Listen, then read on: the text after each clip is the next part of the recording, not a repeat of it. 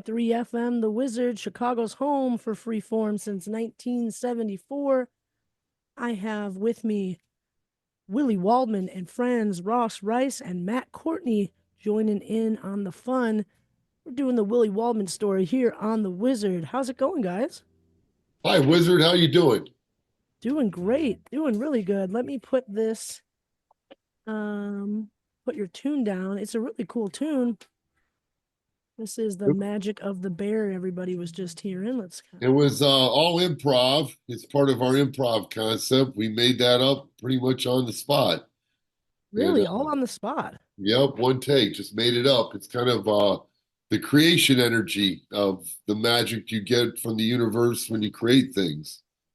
And basically, that's what I've been doing the last 30 years is making up everything on the spot. Making And up your we, life, making up your career, Yeah, making up we did the all same of it. with Buffalo Monroe with that one there. Magic Bear had John Mullo, Phil Esch, drummer, Greg Kirsten, who's 8-time Grammy winner with the Foo Fighters, and Adele on keys, guitar, and myself. And then our Buffalo Monroe project has Vinny Amico on Mo and Greg Missinette on drums, and basically went to the studio and made it all up on the spot one day. And just I had a clock in front of me, and what are we keeping to about 5 minutes, right, Ross? Oh yeah, And you guys can unmute whenever you're ready now, if you can hear us. I don't know. There we go. Absolutely. I can hear you. Wizard, good to see you. Good to Willie, see Matt, but good to see really quick, Wizard, all this improv and all this started with Ross and I. In 1983, I had a full music scholarship to Memphis State University. I came out of Chesterton High School, national band champs. And even though I never sat first chair in band ever, I somehow managed to get myself a full music scholarship. And I met Ross pretty much my freshman year, right, Ross? Well, we were both about marching band guys, and so marching Yeah. band was always ready to take in anybody. So that's one way that's one of the ways that you could get a scholarship, a music scholarship in the South for sure, is to say, yeah, I'll march in the marching band. So I was on the drum line. Willie had his little Q-tip hat out there, man, in the middle of the field, marching his ass off. I guess I can say that, right? I won't say anything worse than yes, that. it's fine. But yeah, so it's yeah, for that it's it was an interesting time. It was a collegiate atmosphere, and both of us were sort of involved with the jazz groups around Yeah. at Memphis State University, and sort of found ourselves getting to know the local jazz musicians. You know, as a result of that, we in our spare time we'd go out and see what the cool cats were doing, and we go out to the clubs and check out people like Herman Green and Yeah, Calvin. Herbie Green, who I basically sat in with and jumped up on his stage and made a fool out of myself, Ross, right? And I had two choices, get my butt beat or become the student. So I became the student. Yep. But Yeah, you he's did. right. We were going and seeing Herman Green, and Ross played with Donald Duck Dunn and Steve Cropper for a while in a That was band yeah.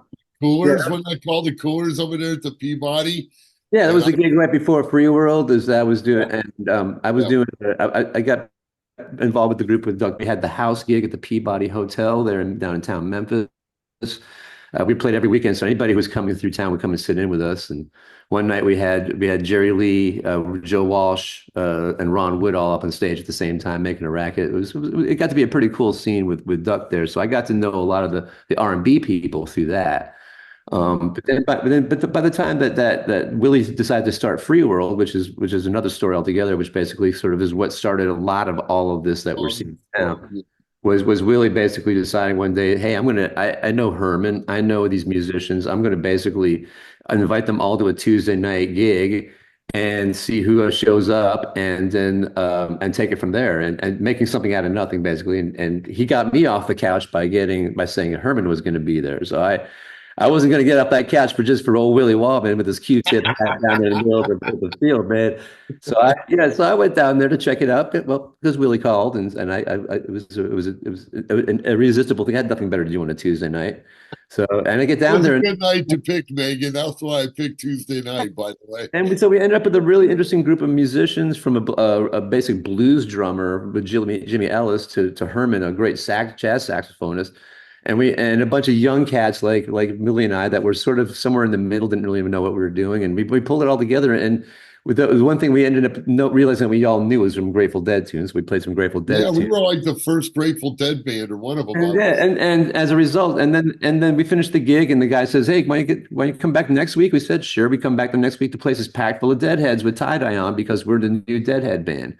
So we started that, and that's the beginning of Free World, which is to this day is still going. I mean, because of Richard Cushing, of course, Yeah, but still going but with but, it. but this band was formed by Willie, and that's what sort of got the ball rolling with a lot of stuff. Because then Willie sort of took that and ran with it when he Ran got with it. out of town. I mean, he took the Memphis experience and ran with it to Los Angeles.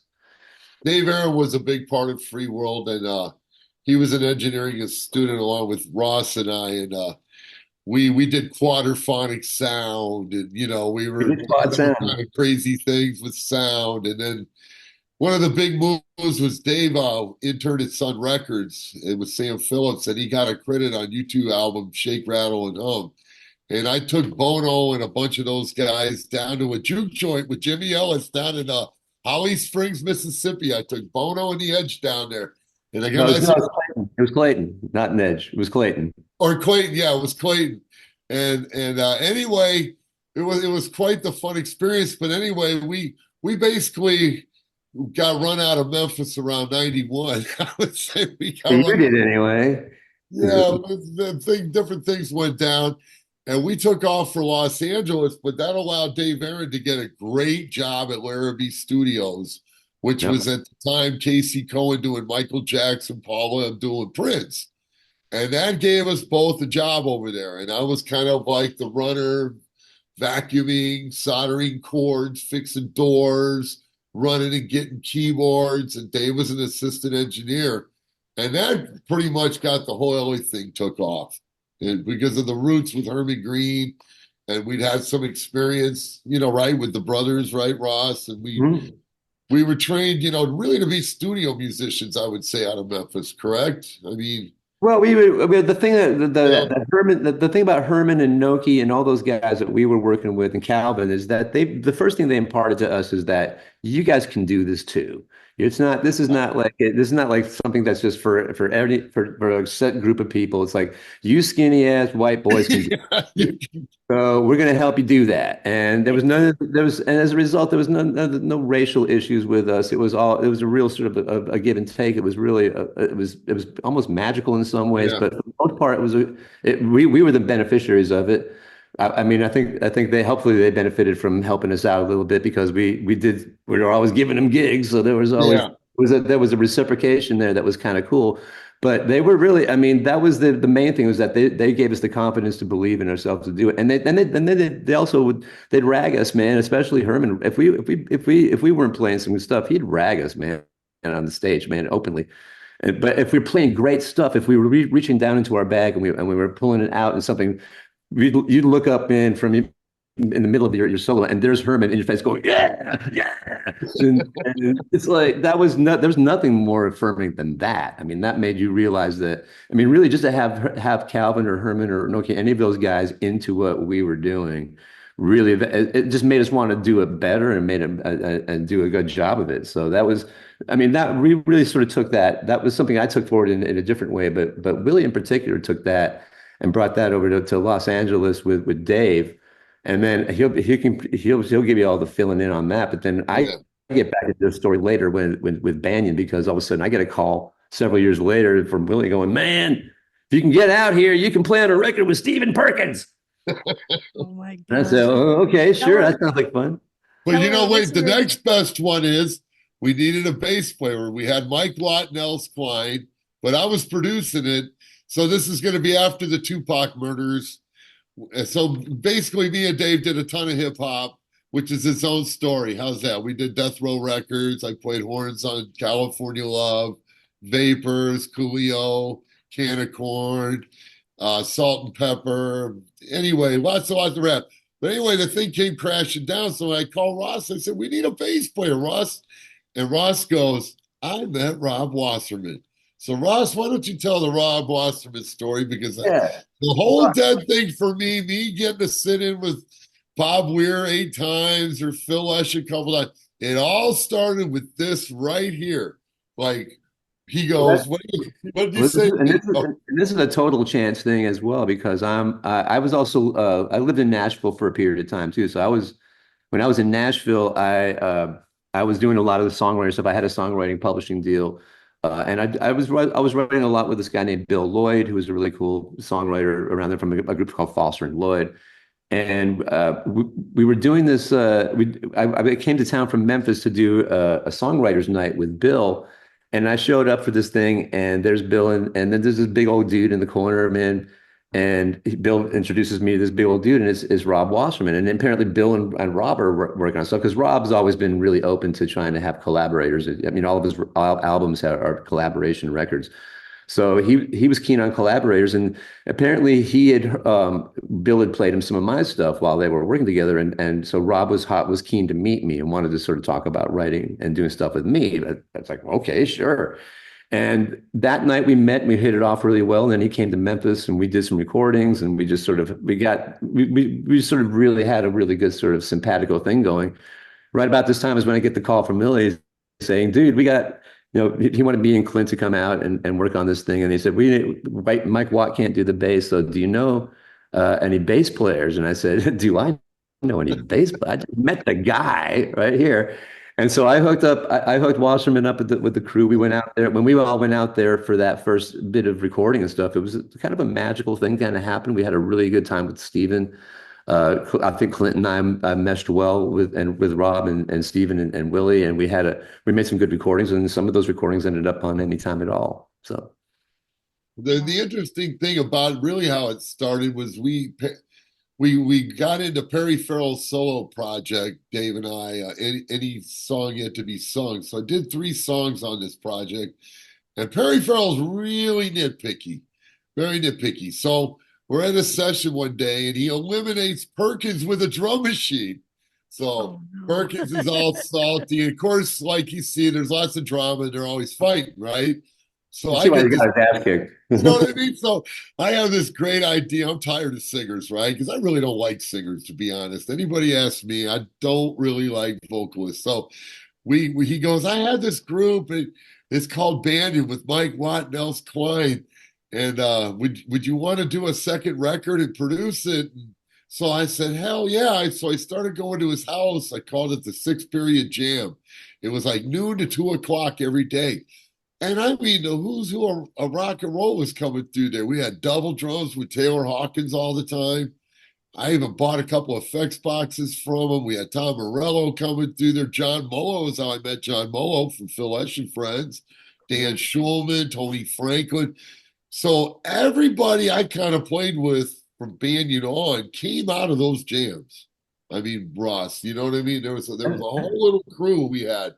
And it was really a magical summer. And then at the end of the summer, I got the job through Higher Octave Records to produce the Banyan record. And I had I had a budget. So, they actually give us a budget those days. And yeah, I had those guys come out, and that kind of started this whole improv thing because I kind of learned the improv in Memphis when we'd run out of tunes at 3 in the morning. We like Jimmy Ellis and the guys, blues guys would, play 6 sets a night. And by the time you hit set 4, you can't repeat the same song 5 times. So we would start making up stuff, and then Tupac would make up all his music. And that kind of fortified because everything we did at Death Row Records was made up on the spot. And really, the Tupac songs were done in 4 and 5 hours total, like 2 or 3 songs a day, which was quite impressive. It was very impressive. The brothers over there at Death Row were very, very creative time for Dave and I. And then we took those skills and brought them into Banyan. And then now we're having the same, we're kind of doing what I would call old with the new with the old, right, Ross? Because now we're getting into some newer projects, and now we're the old guys. How's that with Courtney below, with Matt Courtney? Yeah, you guys are Now listening we're to- the old guys, right? Right? I was always the young guy forever and ever. Like even Ross is a little older than me. I was always the little kid forever. And now all of a sudden, like we're the old guys. So but that explains kind of how our approach is to recording the new batch of folks. At least for me, it is. And I was always the guy that would put everything together. And then Ross and Dave always filled the role of being the really super great engineers and real producers. And, Ross is a fantastic engineer. He was the first in our group in the early 80s and 90s. You were recording everybody. He had a record label he had a band Human Radio on Sony Records. And then somehow I caught up to you, Ross, by about 2000, though. I did catch up to you out there in Los Angeles. And then I did. to all that, Courtney, let me get to you. I started doing a little hippie fest, and the little Ian Goldberg, who I'd met, he owns the Summer Camp Fest, right? Right, Matt? Isn't that where you met me? Yeah. Yeah, All that's right. where we met. Summer camp, 2008. Is And it 208? yeah, yeah, Okay, we'll go over how we met. So, okay, well, yeah, I basically lucked out walking backstage with some of Willie's friends, and I remember his friend saying like, "I don't know if everybody's gonna be able to get in. We'll see." And I was just like, "Oh, fingers crossed." And basically, as soon as I came into the campsite, Willie stuck out, and I was like, "Oh, that's who, that's who we were coming to meet." Before I knew Willie by name. I knew him on the songs. He listed a lot of artists earlier, and yeah, we basically just hit it off that night. And later on, we ended up having a show in Evansville, Indiana, and we had Herman Green come out, and Terry Saffold was also in it. Terry. And so Willie and I kept in touch. And I know I had visited one of the shows he had done in the area, like in Louisville, Kentucky. Um, and and yeah, it's been just like a starstruck moonlit drive kind of thing, the whole ride. And then with our project that we finally got to record together after all these years, that came together uh, in 2020, and we built off of our demos and ended up recording some songs with Greg Bissonette. And once we had Greg Bissonette involved, I reached out to Willie because we're hearing horns, and it's like, who's going to play horns? Willie would be that's number one choice, and connected with Willie again, and yeah, Willie was on board. Willie was interested, and we took it from there. And later that year, like just months after we had that phone call where everyone's in, we met with Ross in New York in October of 22, um, and and we had a whole bunch of songs that we recorded with Greg Bissonette that we were ready to record with Willie, but we ended up throwing a super jam into it with Vinny Amico and Ross, and and yeah, made up a whole bunch of songs on the spot, and that became like half of our album. And yeah, and then we ended up in 2023 like keep climbing this mountain, and in 2023 we got to work with Maestro Ron Carter, Yeah. and that really gosh, that it's like climbing Mount Everest, and like where do you go from here? And then I got to use a Calvin Newborn song. I got to use a Calvin Newborn song, That's Ross, right. which was huge for me because I would go to Calvin and Herman's house every Wednesday. Megan, Ross didn't do that. Of course, it was in the projects, of course, right? And part of my job was, one day Herman didn't have hot water and they stole his hot water heater. So I went and put one in for him, and then they stole that one. And then me and Terry like chained the next one in. And Terry Saffold was a big part of this. I still play with Terry Saffold a lot. He's the Isaac Hayes, Al Green drummer. Oh, yeah. He's a little older than us. He did all the Stax records. And I take Terry out a ton with me to this day on the road. But anyway, I would go over there for lessons. And anyway, so we got to do with Ron Carter and Miles Davis, bass player. Ron Carter's famous for Miles Davis, John Coltrane. And Calvin had played with him in 52 or 53, Ross. It was too funny, and he remembered.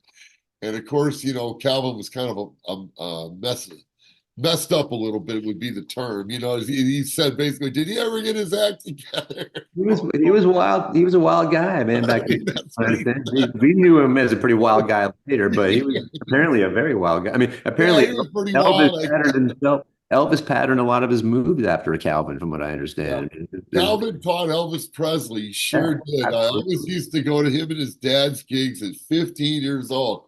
Yeah. And he sure did, man. And so these guys all knew Elvis too, and they knew Elvis well. Like Elvis bought him a car and, would help him out. Elvis just loved Herman and Calvin. But it was really cool to get to do a Calvin Newborn tune with Ron Carter. That was, and Vinny Amico on drums. It was, and Vinny Amico's dad was a very good bebop trumpet player up in the Buffalo area. Vinny's dad. So for all of us guys, there was again some of this old with the new, new with the old.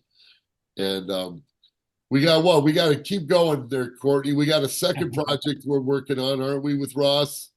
Yeah, we got another album on the way. So that album that has the first album that came out that has Ron Carter on it, and our Super Jam and a couple other tracks with Greg Bissonette that came out in 2024. It's almost at its 1 year reunion.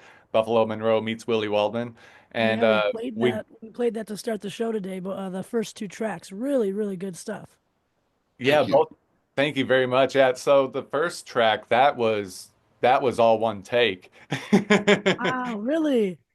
Well, it's kind of the creation energy of the Holy Spirit again. I don't want to put it in religious terms, but everybody feels the universal flow, like when you're working and you're not thinking and you're creating, right? It's the creation energy. And again, you're not seeing me too interested in cover bands. I'm not interested in playing the same marching band show every night.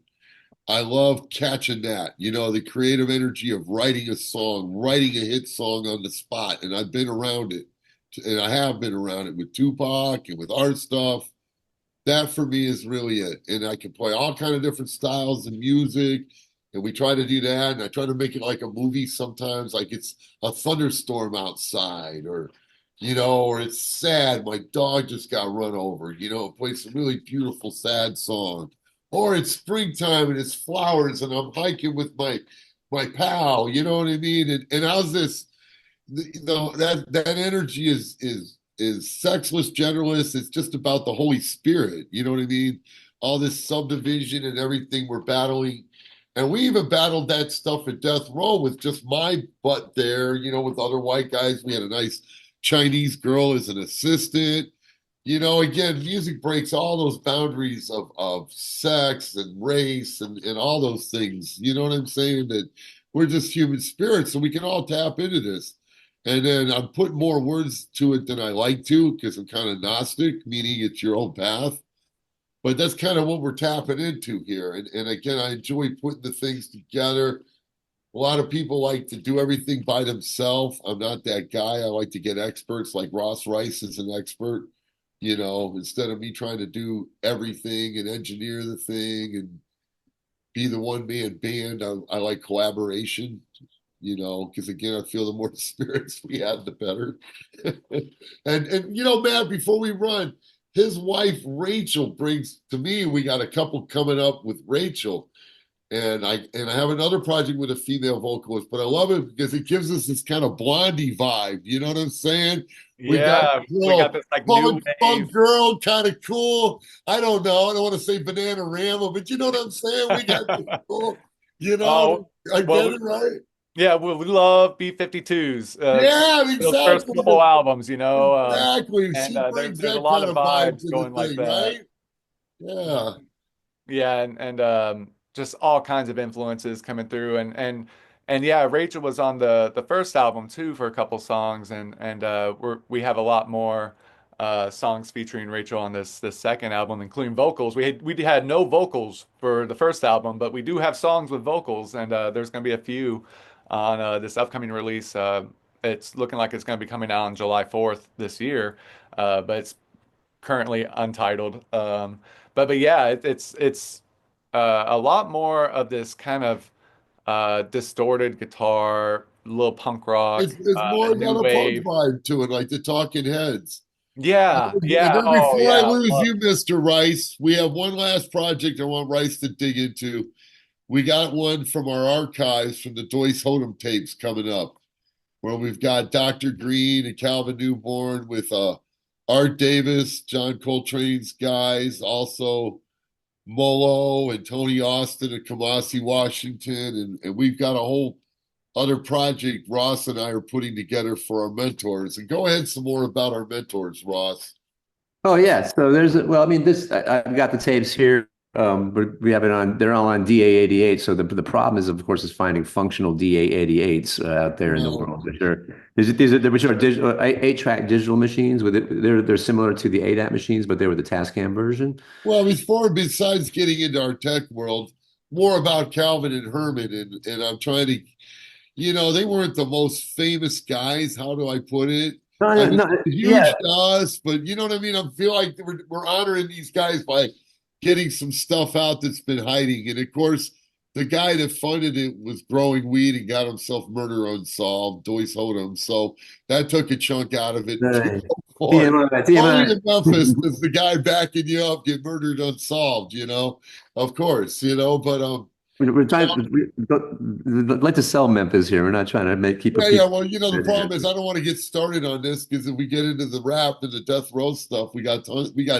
Right. different stories. Which one do we want to pick? Murdered unsolved. But anyway, back to Herman and Calvin. Well, yeah, the main thing here is that we do have an obligation to our mentors and the people that gave us everything that we have. I mean, we've gotten so much from these guys that it behooves us to make sure that their music, a lot of which did not make it out there into the world, that whatever versions of it that are available do make it out there.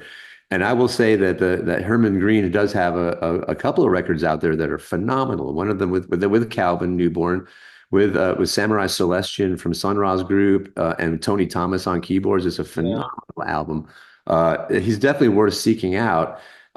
But yeah, any chance that we can get any Herman and Calvin out to the world. Unfortunately, and it's great that they flew out there and we're out there with Willie and we're able to get a chance with Willie. I mean, the great thing about having Willie and Dave out in Los Angeles is it gave us a clubhouse out there in Wonderland. Dave had his crib up in Wonderland and their studio up there. And it was a place where Memphis people, if you get out there and work out there, there was some stuff that you could do out there, and that Willie and Dave made possible. So yeah. So my thing is that yeah, Herman and Calvin especially, and that's why I'm really proud that we got to do the Calvin tune with Yeah. Ron Carter. That was a big deal. That was something that really needed to happen. And I hope that people sort of recognize that, and people in Calvin's world were able to sort of say, "Wow, yeah, that was a good thing that happened." I hope we did him well. I think we did our best. That studio at Dave's was about a half a mile up from the John Holmes murders, the famous John Holmes murders. We Oh, could all walk. kinds of crazy stuff happened up in Oh Wonderland. yeah, Into that, all we right. were right on top of that in Laurel Canyon and Wonderland Avenue. We Yeah, Rob Wasserman called the studio Space Mountain because you could see the ocean downtown in the valley. And yeah. we ran some pretty good sessions in those days. If the only mistake I would say is we tracked 18 hours of music and didn't mix anything. And then of course, like Tupac, it came crashing to an end. So we're finally getting back into that box, which is I'm trying to get some of that out, which is good. We got Buffalo Monroe coming up. What else do we got, Ross, before I let you loose? Well, Willie, I mean, I guess that's probably it, unless you got something No, cooking on your I side of mean, with things. Megan, that is the famous Ross Rice from Memphis, Tennessee, up in Yes. Albany, New York, doing it. Nice to see y'all, and then thanks for letting me have Wizard. Good to have you. Good to be with you. Thanks for having me here. Thank you for coming on. It's super awesome to hear this story of Memphis and the people that came before and the people that are coming after. Matt, you've been awesome too. We love your music. I think it all is really cool to kind of showcase. So thank you, Willie, for putting all this together. Well, you're welcome. That's what I like doing. It's my favorite thing. You like bringing people together. Is that a Yeah, thing? I do. I like putting it together. I do. And I usually don't get credit for it, and I've gotten used to that and fine with it. I didn't really come from this post-pirate world where we had to post or brag about everything or say, I Right. put this together or that together. Or, like I hooked Dave up with the Sublime record to mix because I met John Phillips painting boats in the marina. And One point I definitely want to make though is that Willie is a connector. He's been a person who's always connected people. I've sort of tried to do that as well, but Willie's really been the person who's gone out there and made these connections. There's no way I would not have got a chance to work with Stephen Perkins with not for if not for Willie. And for a lot of other people, I wouldn't have this opportunity to work with Matt and Rachel without Willie. So there's a lot of Willie connects people, and he's a nexus point that you probably haven't really heard that much about. But if you start digging down beneath the surface of a lot of people's stories out there right now, you might find this big old lunkhead lurking down there, man, with his trumpet going, "Yeah, man." And because that's because he's viable. That's one of the reasons why Willie's still here. I miss going into ski country with him because there was Oh, I used to be on the ski country list, but the that 20 below zero tour, I call it. lots of great, The great 20 tours, below lots of fun up zero there, tour. and the audiences are great up there. They love the music. The only problem was is that it got me in trouble with a wife having taking off in the middle of the winter to go skiing, man, for a week. So, but yeah, that was no that no that I just want to sort of make the point here that there's a lot of music that's happened because of Willie, and if you scratch beneath the surface, not just the Tupac tunes, not just the Death Row stuff. I mean, if you heard a trumpet on Death Row, it's probably this punk right here. Yeah. But there's a lot going on here. So yeah, if you look under the surface, you're going to find that there's this guy's is a part of the deal, and yeah, keep your eye The out. ski tour was really being a smartass. I had toured for a while because we were like in the studio, Megan, for 4 years straight. So we scored a movie for Sundance Film Fest. What was it called? MacArthur Park. Kirsten, me, and Perkins. They won a bunch of awards.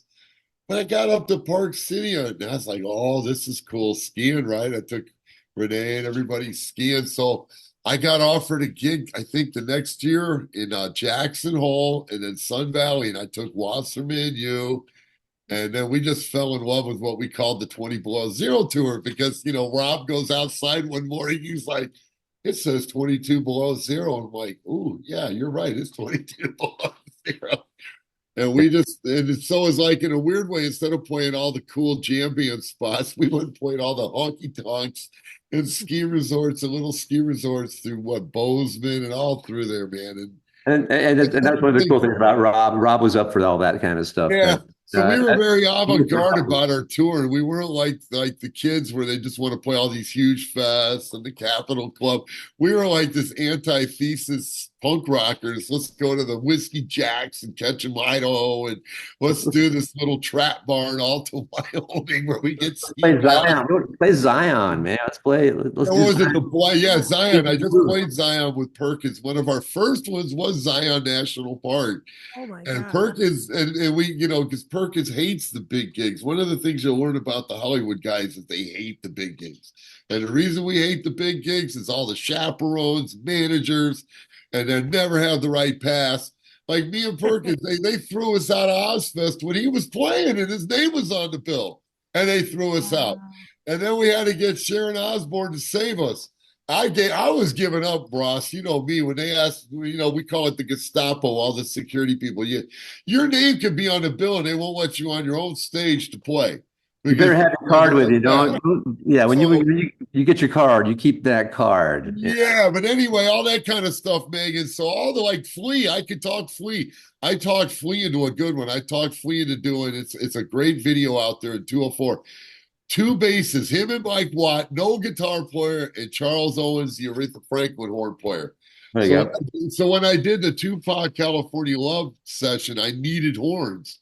So Right. Ross, I call Herman up. I go, Herman, I don't know anybody in LA. I need some horns. He gives me Charles Owens and Ernie Fields' number, the Earth, Wind, and Fire Aretha Franklin guy. So I call him up, Megan, and go, hi, I'm Willie Waldman, Herman Green's student. I need a horn section at Death Row Records for Tupac Shakur. And they go, who are you, son? Herman Green. Oh, we haven't seen Herman since 1962.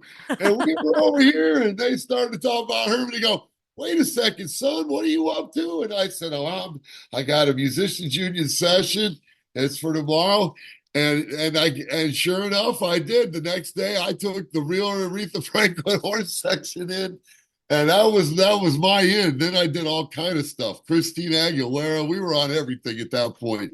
I did. I brought it, and so Charles Owens And me, Flea, and Watt and drums did a gig.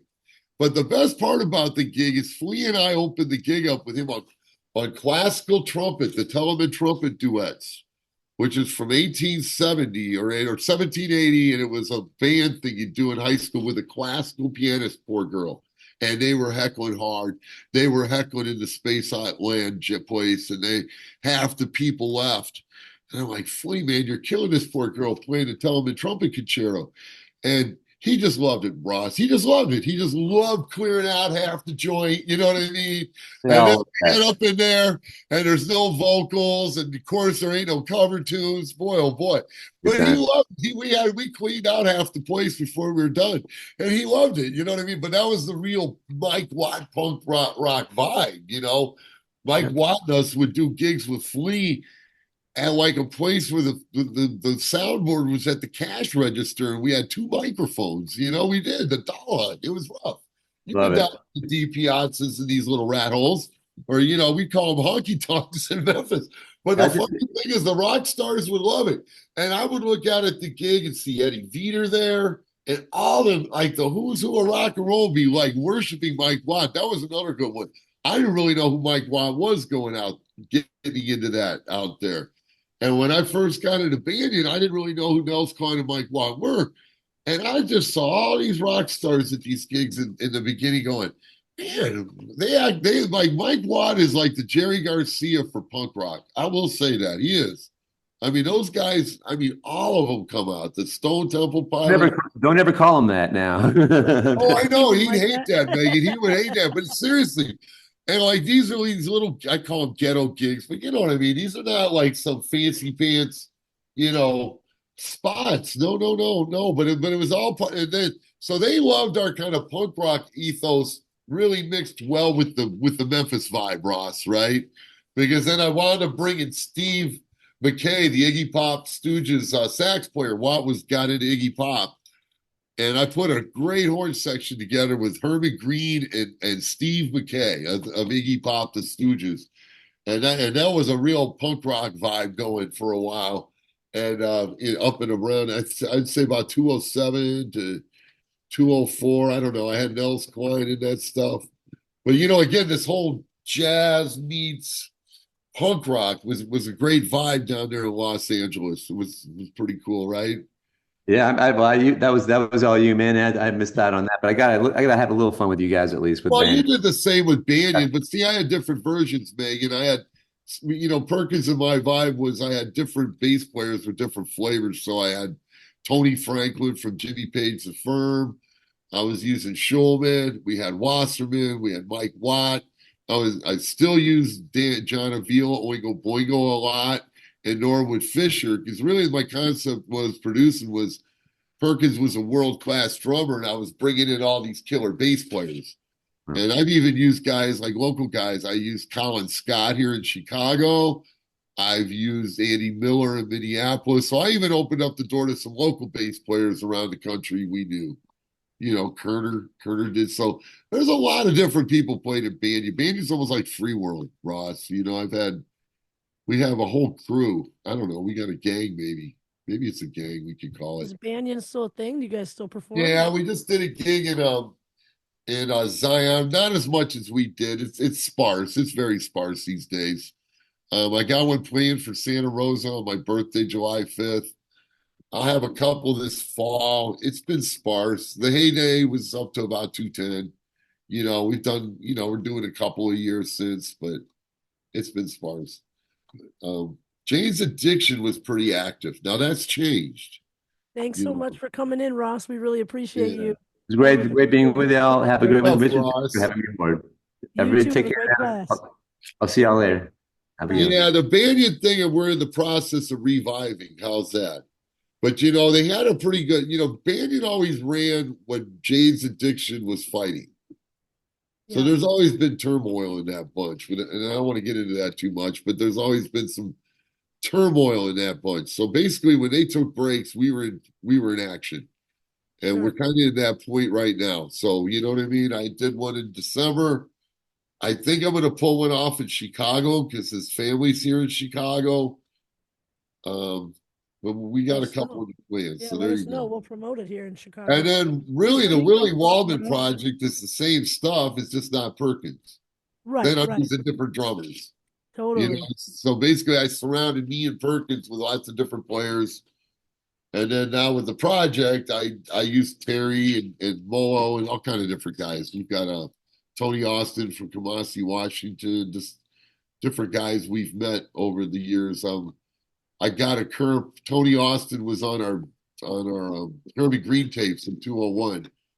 I was trying to and he was really good, the kid at that time. He's 19. I put him with Wasserman. Nobody really got him, but him and his bunch, Kamasi, Washington, they all went to high school together with the John Coltrane guys.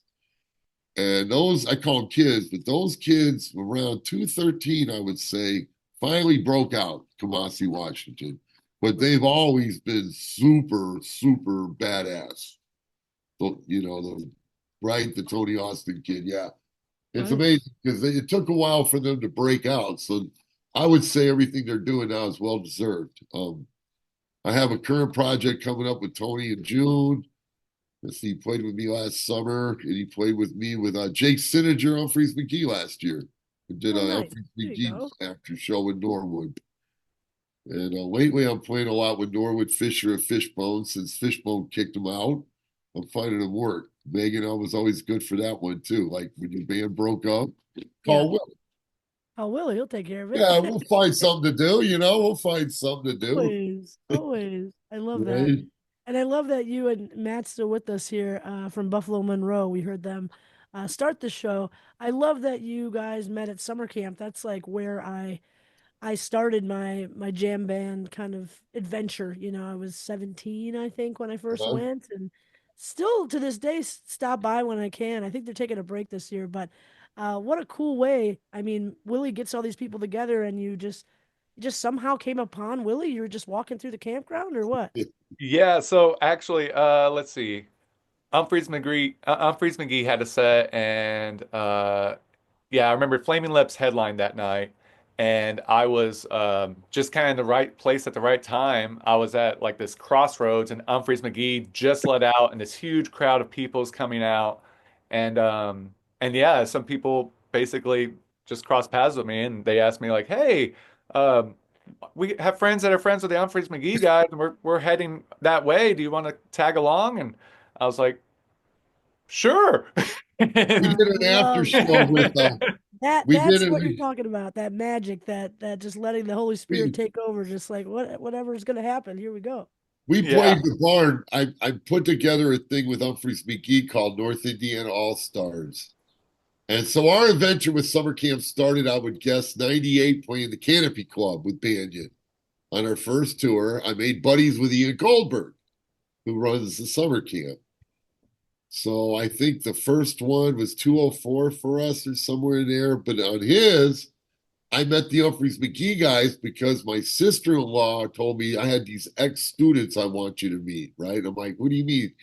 And she was their school principal, Susan.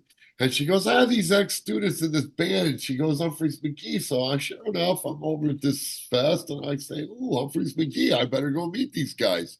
So I did. I ran over and I was goofy. I said, my sister-in-law, Susan Richter's your school principal. And they went, oh my God. So anyway, we hit it off with Humphreys McGee, and I formed a group at the time called North Indiana All-Stars because we were all from Indiana. And so we played at the barn that year.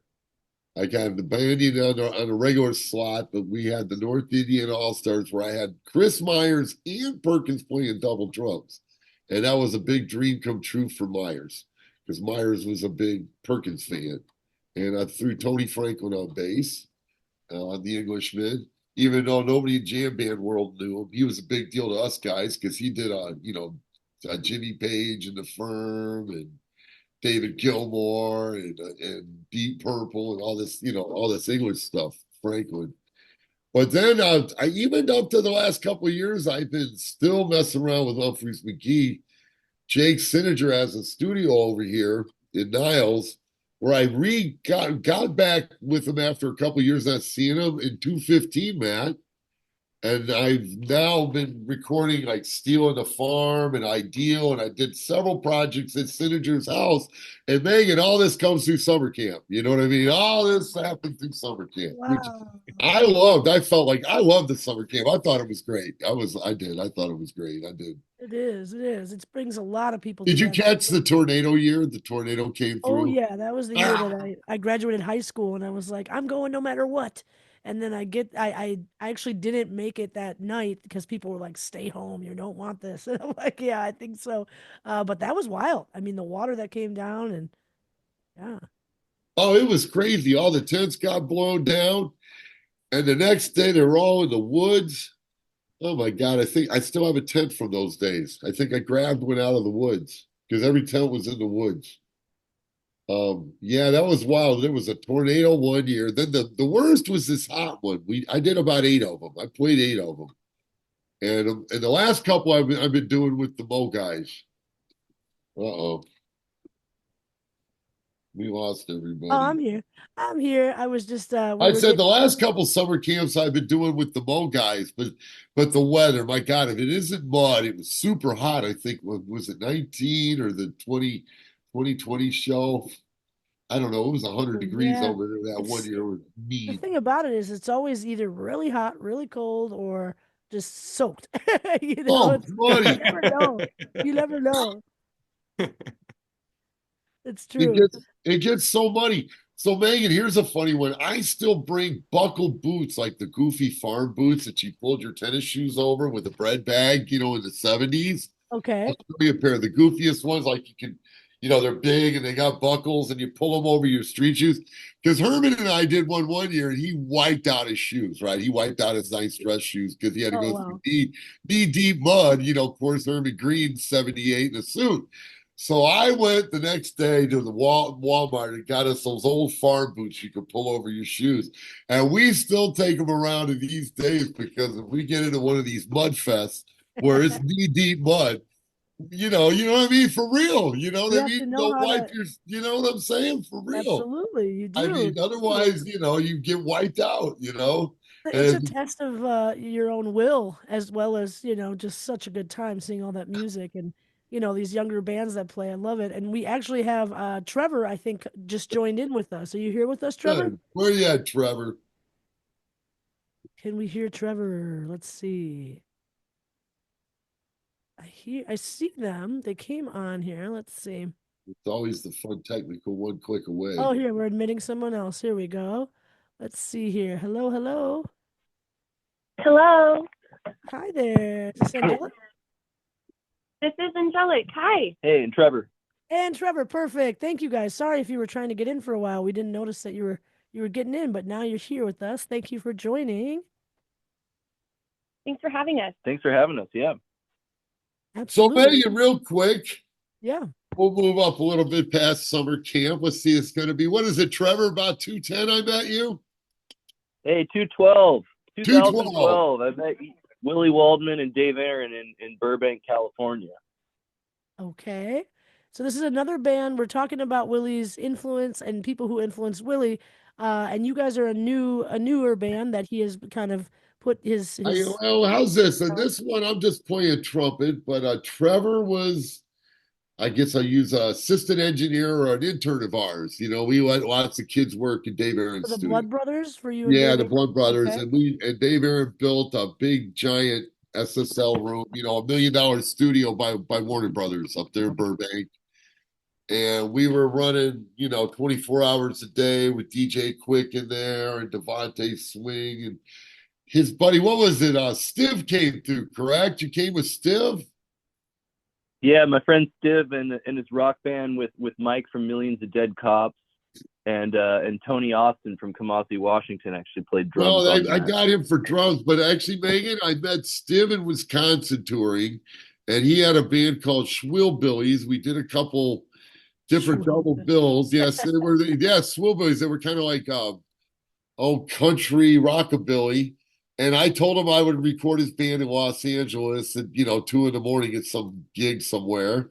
And sure enough, he got his $7,000 together, and he showed up and dropped it on a table. And me and Dave, what did we do? About 2 weeks with him.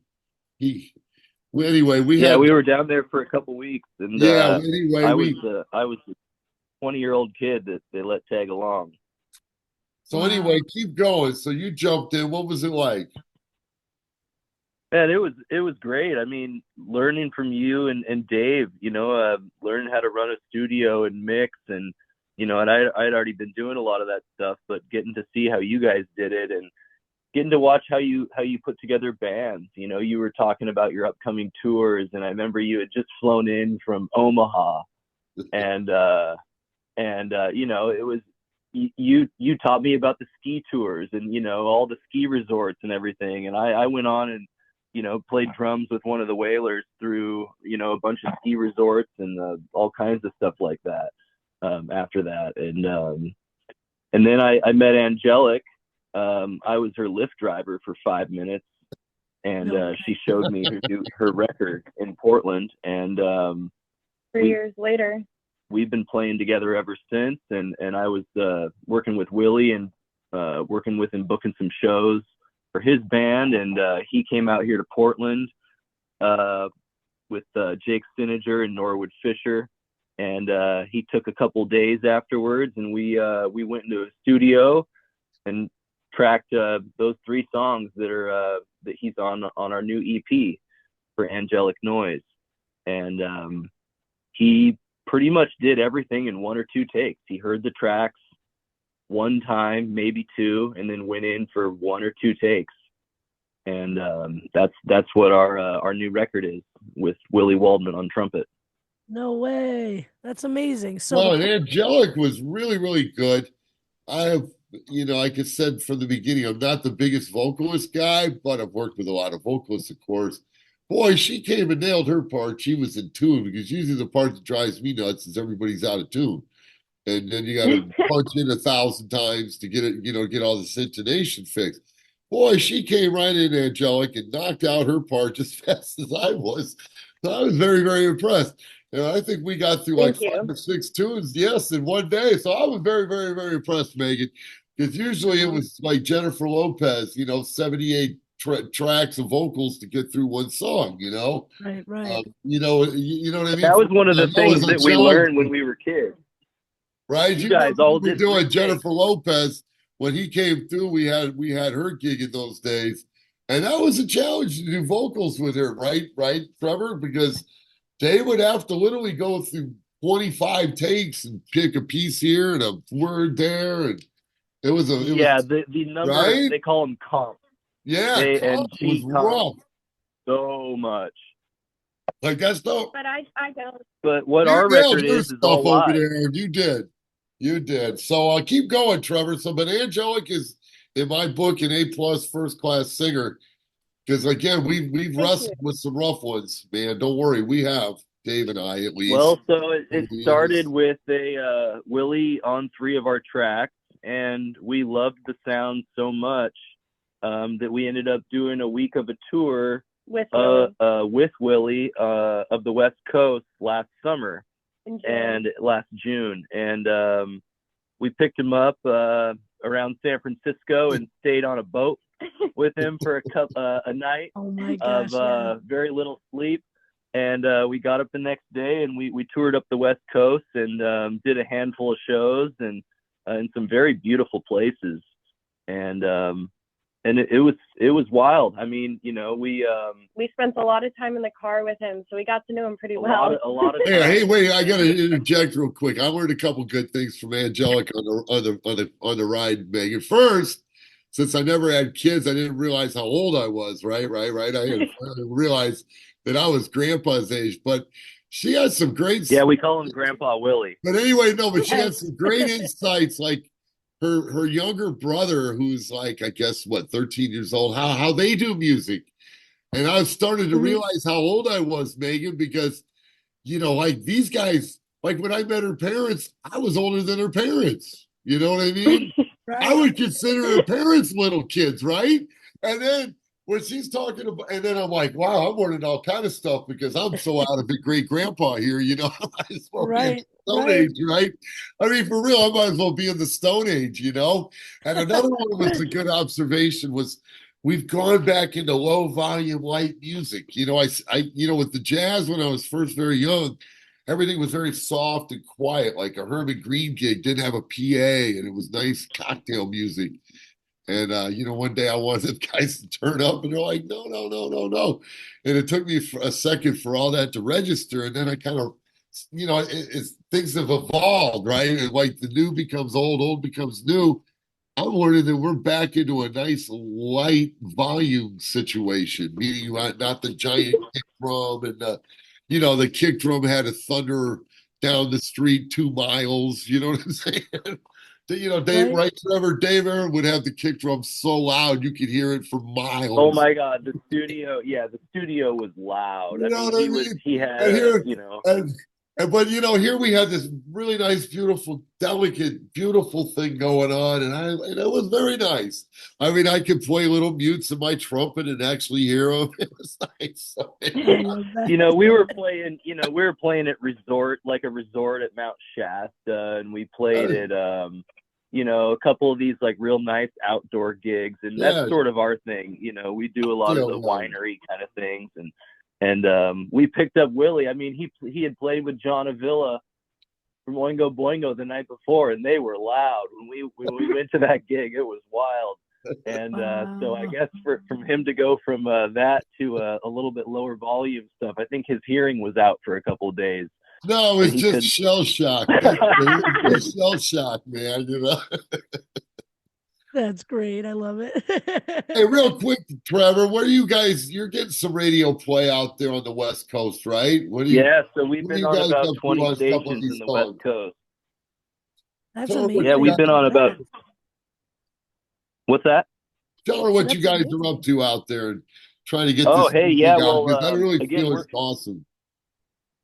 Cool. Well, thank you. Yeah, we're called Angelic Noise, and you can find us at theangelicnoise.com or really anything.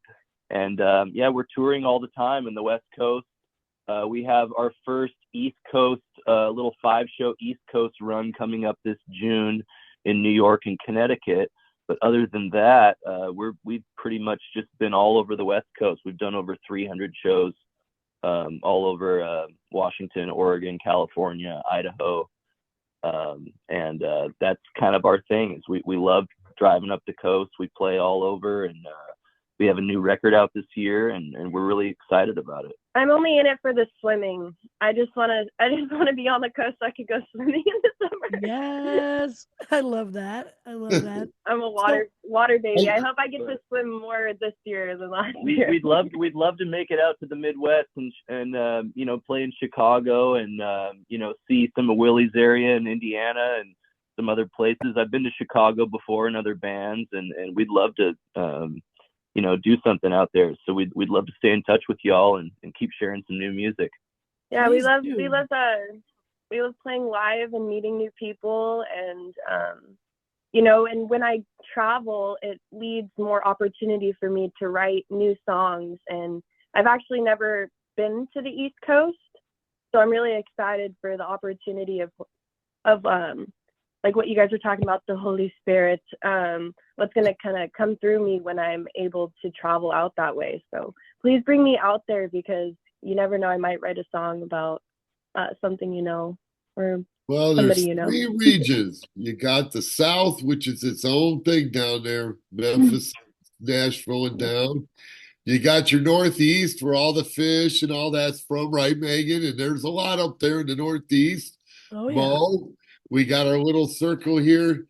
I call it Minneapolis, Chicago to Omaha, up to Fargo Circle, and then you have the Denver mountains and the West. You know what I mean? We got a couple regions in the country, and it's interesting over the years the difference in music.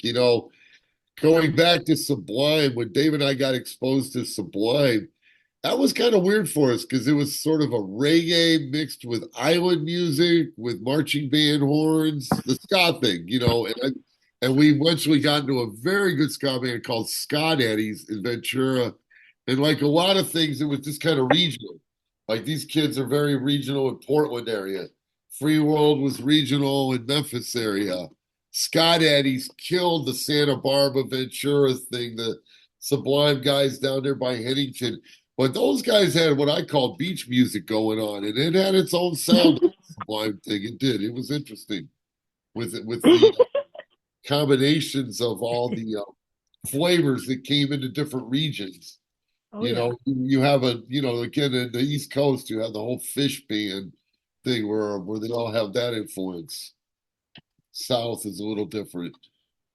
Well, we'd Uh, love I to just have want to say one more thing, real quick. I just want to say thank you to Willie for, even being interested, to go on tour with us, let alone be on a track with us. It's a privilege, and Trevor and I are really grateful, and thank you for having us on here too. That is very kind.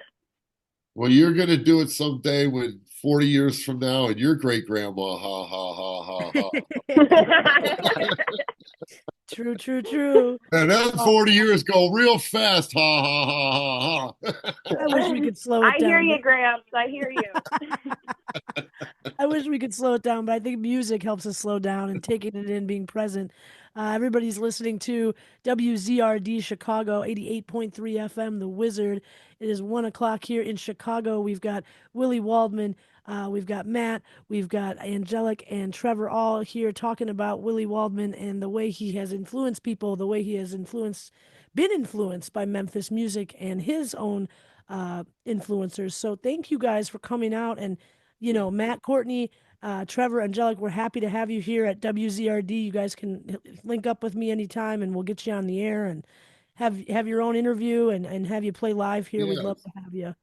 Thank you so Thank much. you, Thank you so Wizard. much, Megan. Yeah, we love Sure. to play live on the radio. Absolutely. Oh, Willie's got the trumpet. Do it. You can do a little more. Come on, boy. We can do all right. Here we go. Wait.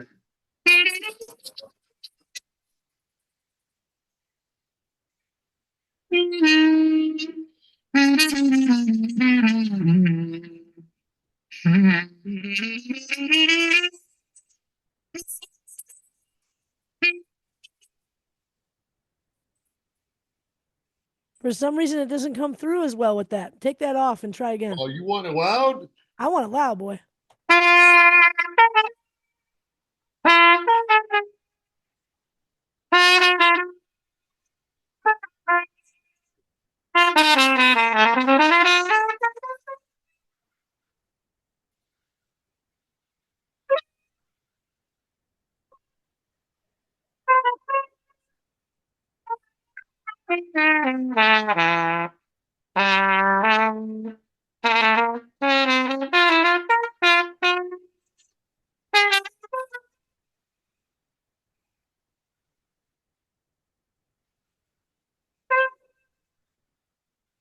Oh, yeah.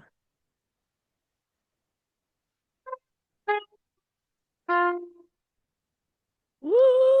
Willie Waldman on the trumpet here on the Wizard, Chicago's home for freeform.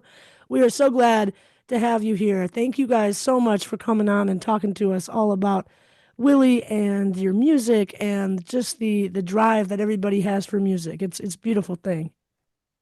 Great. Thank you very much, Thank Wiz. you. Thank you so much. Thanks, Megan. Of course, thank you. I'm gonna play an angelic noise tune from Polar Bear Yes. Kingdom. Which one should I play? Yeah. Welcome to Portland. That's what I was thinking. The acoustic version here. Welcome to Portland. Correct. Perfect. Well, that's what we'll fade out with. Thank you guys so much again for coming on. Have a wonderful day, and we hope to see y'all in Chicago real soon. Thank you. We'll see you soon. Thank you. Adios, everybody. Bye-bye. So long. Bye. So long. Farewell. Here's Angelic Noise on WZRD Chicago.